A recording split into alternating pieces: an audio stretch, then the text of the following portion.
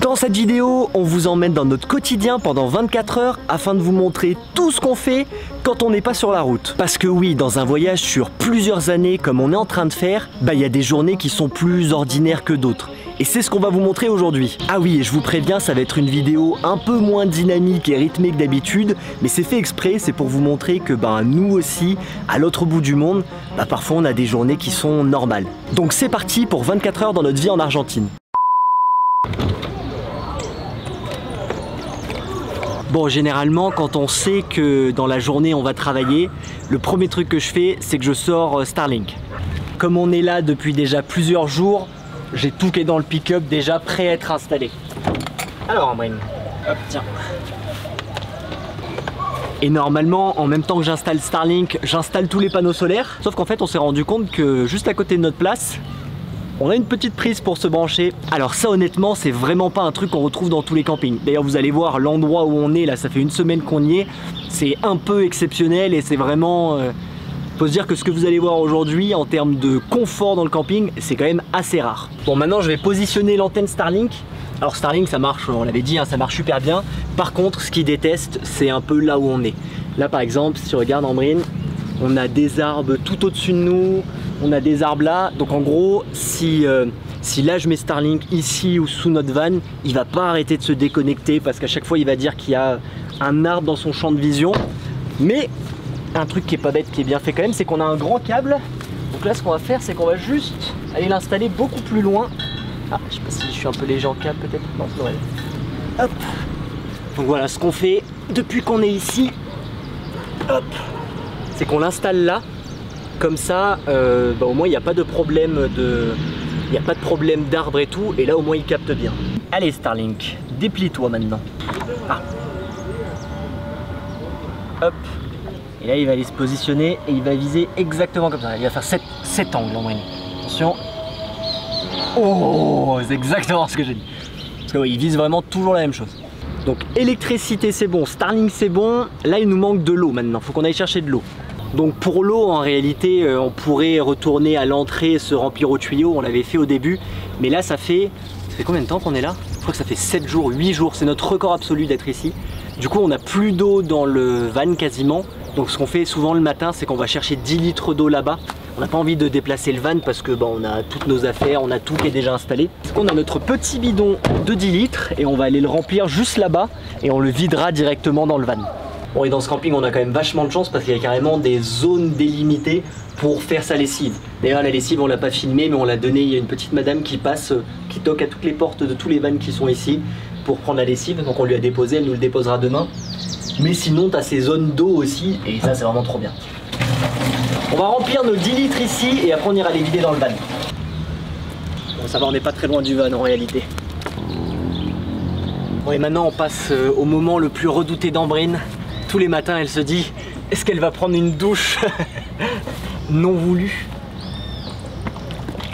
Oh là! En sachant que nous, 10 litres d'eau, en réalité 10 litres d'eau, ça nous fait bien 1 ou 2 jours, je pense. Donc là, on le fait tous les matins ou tous les 2 matins. Hop! Ça n'a même pas été mouillé. Pas une goutte d'eau n'est atterrie sur Ambrine. On part un peu là et... à part ça, ça va.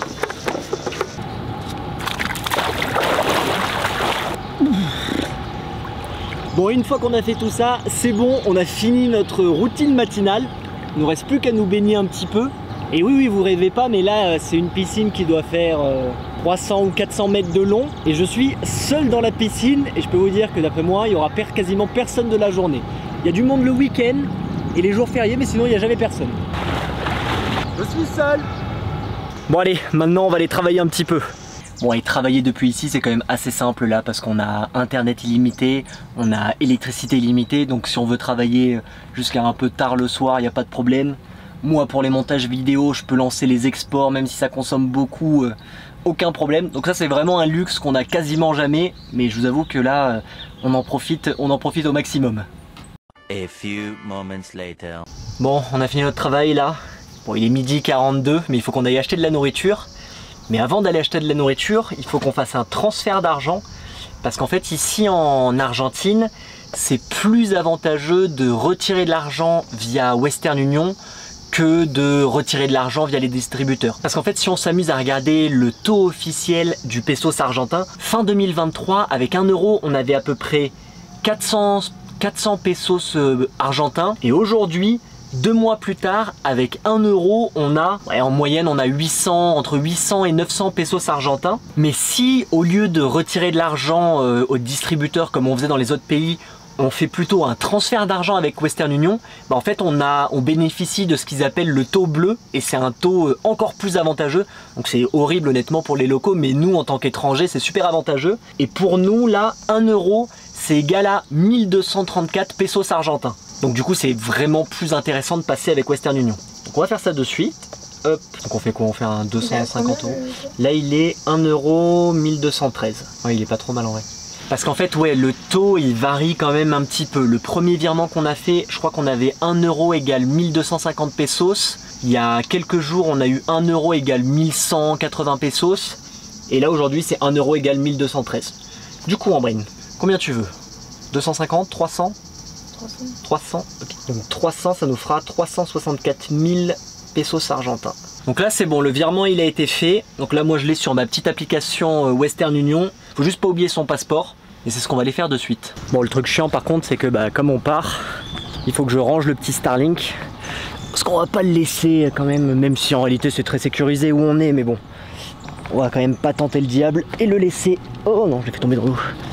Donc ouais, le seul truc c'est qu'à chaque fois qu'on sort on doit re-ranger. Et du coup cet après-midi, comme cet après-midi on va sûrement retravailler un petit peu après les courses, et ben on va devoir ressortir Starlink encore une fois. Mais bon après ça prend, franchement ça nous prend 5 minutes de faire Starlink, donc c'est pas très long. Bon, il y a un supermarché comme ça, nous ça nous change hein, parce que là Changomas c'est vraiment un gros truc. Donc c'est là-dedans qu'on va faire les courses et c'est là-dedans qu'on va aller retirer aussi le Western Union. Mais du coup on a un peu l'impression d'être en Europe. Alors il n'y a pas autant de choix que dans un Carrefour ou autre, mais genre passer du Pérou-Bolivie à ça, c'est déjà monstrueux le choix. Ça fait quand même penser un peu à l'Europe, l'Argentine. Bon, et pour le Western Union, je vais pas filmer parce que sinon le mec de la sécurité va me sortir, je pense. Bon, c'est bon Ambrine, on a retiré notre fortune. Montre-nous ce que ça représente, 300 euros. Ah, c'est fou hein. Parce qu'en fait du coup c'est que des billets de 1000. Donc là c'est 4 méga liasses de billets. En fait on a 364 billets là dans nos mains. Tu es riche Ambrine? Tu es presque millionnaire, hein. Presque millionnaire. Surtout que là nous c'est quand même assez spécial ces courses parce qu'Ambrine, là on fait des courses, ça faisait très longtemps, là ça faisait plus d'un mois, qu'on faisait les courses mais sans frigo, donc on n'achetait jamais de frais. Et là notre frigo marche depuis 24 heures et il marche, genre il a jamais aussi bien marché. Donc là on va pouvoir se faire plaisir cette fois.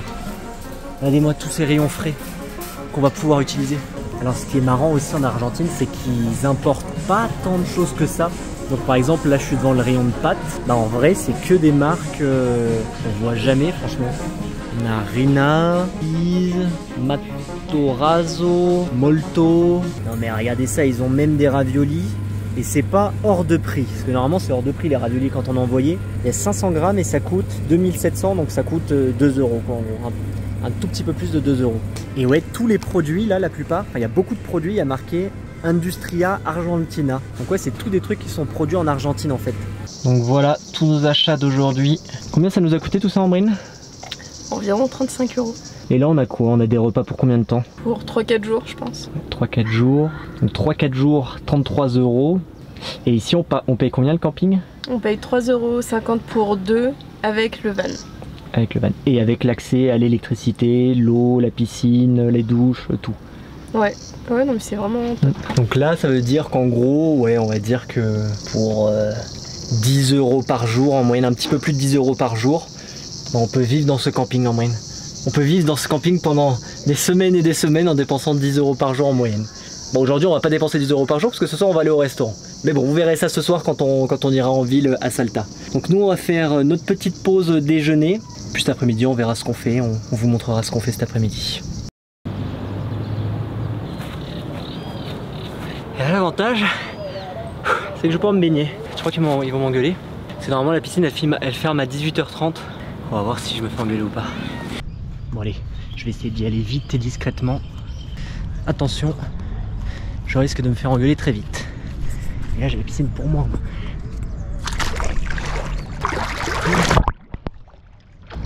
Bon c'est vraiment juste pour se rafraîchir. Et Ils m'ont pas vu, la piscine est tellement grande.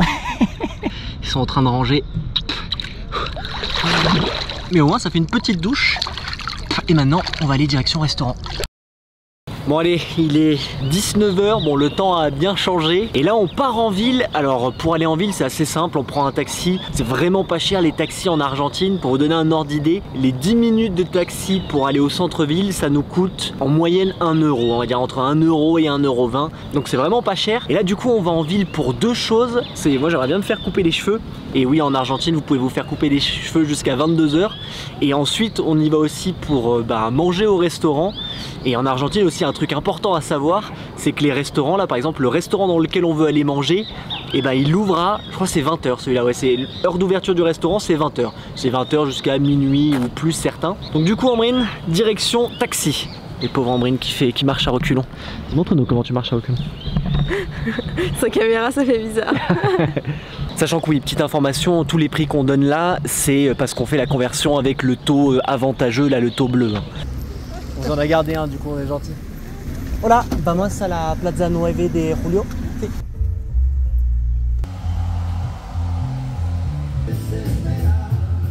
One eternity later. Bon c'est bon, on sort enfin du coiffeur. On y est quand même rentré à 19 h 30 je crois et il est 21 h 14. Il a mis 45 minutes à couper les cheveux d'un enfant et moi il m'a mis un bon 40 minutes aussi, donc c'était bien long le coiffeur. Mais par contre ça m'a coûté 4000 pesos, donc ça m'a coûté 3 € on va dire en gros. Donc c'était vraiment pas cher, surtout pour 40 minutes de coiffeur. Et là maintenant on va en direction d'un restaurant. Comment il s'appelle le restaurant, Ambrine? Dona Salta, qui heureusement est juste à côté.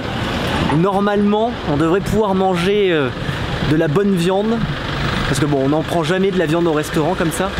Mais là, l'Argentine quand même, c'est connu pour la viande. Alors, on va sûrement faire la technique qu'on fait normalement où on prend... Il y en a un qui prend de la viande et l'autre il prend un truc sans viande. Parce que le premier restaurant qu'on a fait en Argentine, c'était n'importe quoi. Il nous avait servi, je crois qu'on avait 400 ou 500 grammes de viande chacun. C'était infinissable. Donc là maintenant on fait moitié-moitié, c'est plus simple. Et normalement c'est juste là. Donc on va aller à Dona Salta, pardon. Bon du coup on commence par une petite entrée, un petit empanadas. Un empanadas c'est quoi, Ambrine? Au fromage. Maintenant il faut qu'on parle de quelque chose de sérieux, Ambrine. Qu'est-ce qu'on fait ces prochains jours? Et ben on reprend la route. Et mais on va où? Parce que c'est vrai que ça y est. On va dans le nord. On va où exactement dans le nord là? On va faire des thermes à 2 h de Salta. Et après on va faire la montagne aux 14 couleurs. Donc là l'idée les prochains jours normalement c'est qu'on va faire le nord de l'Argentine, après un peu l'ouest de l'Argentine, on va pas trop descendre dans le sud parce qu'après ce qu'on veut faire, on verra si nos plans ne changent pas, mais c'est plus aller vers le Brésil pour aller faire les chutes d'Iguazu. Donc oui on prévoit pas grand chose, mais ça nous arrive quand même de parler un peu de ce qu'on va faire généralement les prochains jours. Là ça faisait 1 semaine et demie qu'on se disait qu'il fallait qu'on le fasse et là on est à peu près décidé. Est-ce qu'il est bon cet empanadas en du coup? Je sais pas, il est trop chaud là. Il est trop chaud. Bon et le plat de résistance vient d'arriver. Au final là pour le coup la viande elle est pas trop grosse, ça va. Bah si c'est cool. On a eu la dernière fois c'était 2 fois plus gros que ça, juste un peu. Par contre ils se sont lâchés niveau frites pour toi. Moi j'ai mes super gnocchi, j'en ai beaucoup trop aussi. Elle se coupe hyper. Vas-y goûte. Alors je peux manger. Allez. Ouais, super bon. Bon et voilà, on est de retour dans notre petit camping. Bon le restaurant très bon, du coup juste pour vous donner un peu une idée des prix, donc on a eu 2 empanadas, moi j'ai eu une assiette de pâtes, Ambrine de la viande plus une grosse assiette de frites, et on a pris un dessert aussi, la spécialité de Salta, un genre de, je l'ai pas filmé, j'ai oublié de le filmer, mais un peu un genre de millefeuille mais revisité on va dire, plus de l'eau et un coca, et tout ça, ça nous a coûté 20 €. Donc 10 € par personne, donc oui c'est quand même pas très cher hein. Et là du coup c'est bon, on est de retour au van. Donc ça va être la fin de cette vidéo 24 heures dans notre vie en Argentine. Donc merci d'avoir regardé, n'oubliez pas de mettre un commentaire hein, c'est ça qui permet de booster un petit peu les vidéos. Et prochaine vidéo, on commence vraiment à visiter l'Argentine. Tu as un mot de fin à dire, Ambrine? Ciao.